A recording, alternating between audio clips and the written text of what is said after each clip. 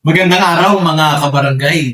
Kumusta na po kayo? Muli, ako si Jeffrey at welcome kayo dito sa Katarungang Pambarangay YouTube channel na tumatalakay sa katarungang pambarangay at sa tamang paghawak ng mga usapin sa ating mga barangay. Sa video pong ito mga kabarangay, tatalakayin naman natin ang isang napakahalagang paksa. Ito po ay yung amicable settlement. Madami na po ako mga videos tungkol dito sa amicable settlement.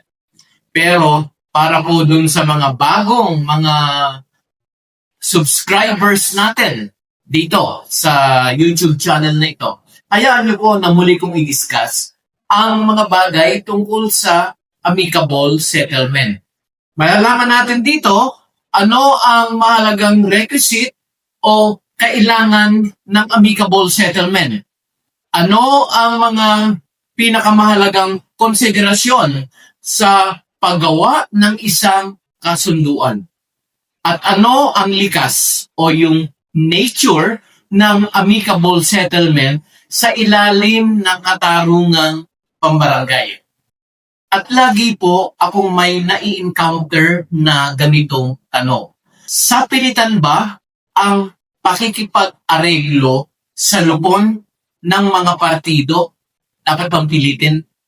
Kaya kung ikaw ay punong barangay, barangay secretary, o member ng lupon tagapamayapa, o di kaya naman ay isang ordinaryong mamamayan na gustong maintindihan ang proseso sa barangay justice system, para po sa inyo ang video na ito.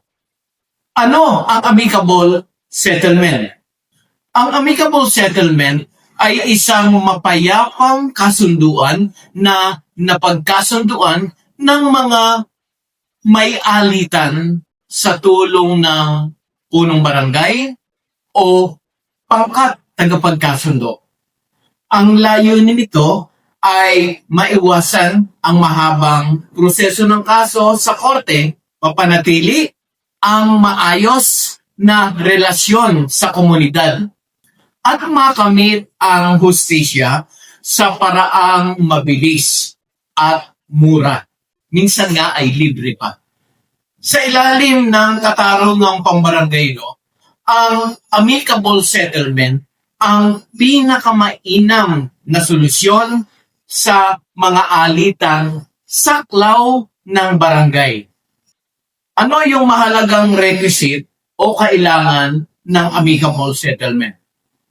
Isa sa pinakamahalagang kailangan ng amicable settlement ay ang consent o pagpayag ng mga partido. Ano ang ibig sabihin ng consent? Ang consent o pagpayag ay nangangahulugang ang kasunduan ay malayang ibinigay, kusang loob, at walang namimilit o panlilinlang. Ayon po sa DOJ Opinion number 60, Series of 1982, maaaring ipawalang bisa o i-repudiate ng isang partido ang amicable settlement kung mapapatunayan na ang kanyang consent ay nakuha sa pamamagitan ng fraud o panlilinlang, dahil sa violence o karahasan, o di kaya naman ay intimidation o pananakot. Ano ang kahalagahan nito? Ibig sabihin, number 1, hindi pwedeng pilitin ang sino man na pumirma sa isang kasunduan. Number 2, hindi pwedeng takutin, lokohin o sindakin ang isang partido. At number 3, ang kasunduan ay dapat bunga ng malinaw na pangunawa at kusang loob na pagpapasya. Kaya mahalaga po mga kabarangay ang papel ng lupon tagapamayapa na tiyakin na naiintindihan ng bawat partido ang nilalaman ng kasunduan. At walang pressure o undue influence sa proseso. Ngayon naman mga kabarangay, pag-usapan natin ang important consideration sa amicable settlement. Ayon po sa DOJ Opinion number 185, Series of 1981, ang mahalagang konsiderasyon ay ang lawak ng kahandaan ng mga partido na mag-compromise o magsakripisyo ng kani-kaniyang claims laban sa isa't isa. Ano ang ibig sabihin nun? Ang amicable settlement ay hindi tungkol sa panalo o talo, kundi pagbibigay at pagtanggap, pag-urong ng sobrang claims at paghahanap ng solusyong katanggap-tanggap sa magkabilang panig. May limitasyon ba ang compromise? Oo, ang compromise ay dapat naaayon sa number 1, batas o yung law. Number 2, morals o moralidad. Number 3, mahalagang kaugalian o yung good custom. Number 4, kaayusan sa lipunan o public order. At number 5, patakarang pampubliko o yung public policy. Ang ibig sabihin nito mga kabarangay, hindi pwedeng pagkasunduan ang isang illegal na bagay. Hindi pwedeng labag sa moralidad ang isang kasunduan. At hindi pwedeng makapinsala sa interes ng publiko ang isang kasunduan.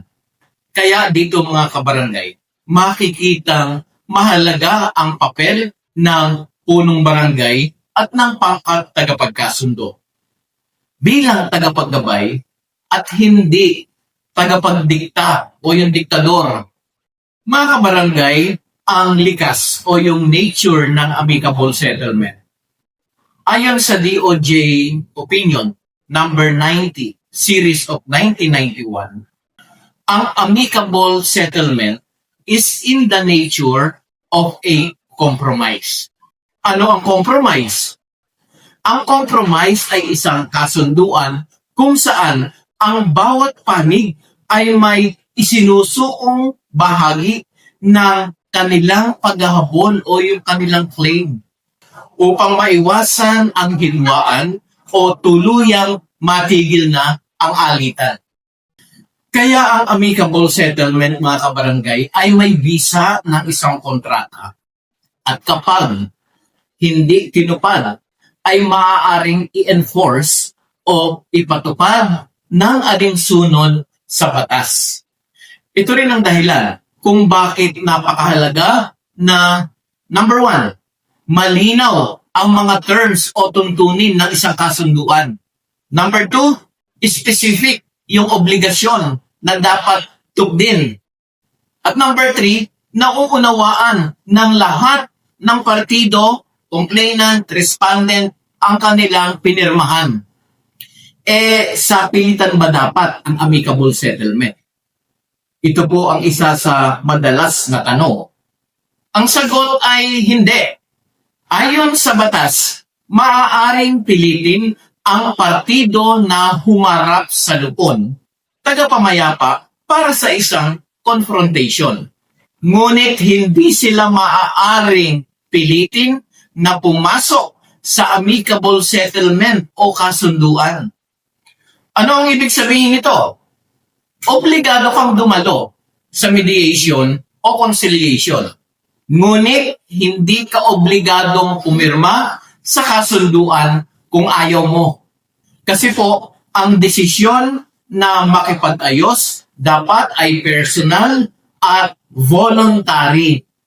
At syempre, nakabatay sa sariling pagpapasya ng bawat partido. Ito po ang diwa ng katarungang pambarangay.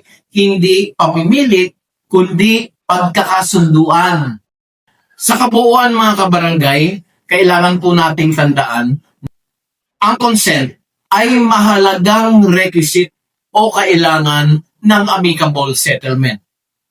Ang compromise ay dapat nasa loob ng batas at moralidad.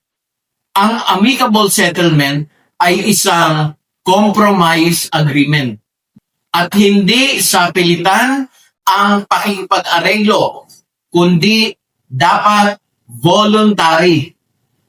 Ayan mga kabarangay, kung nagustuhan niyo po ang video na ito, maaari niyong i-like, i-share, at mag-subscribe na po kayo dito sa Katarungang Pambarangay Channel kung hindi pa kayo nakakapag-subscribe para sa mas marami pang kaalaman tungkol sa Katarungang Pambarangay. Muli ako po si Jeffrey at nagsasabing piliin natin ang pag-uusap kaysa alitan. Pagpapatawad kaysa paghihiganti at pagkakasundo kaysa pagkakawatak-watak. Maraming salamat.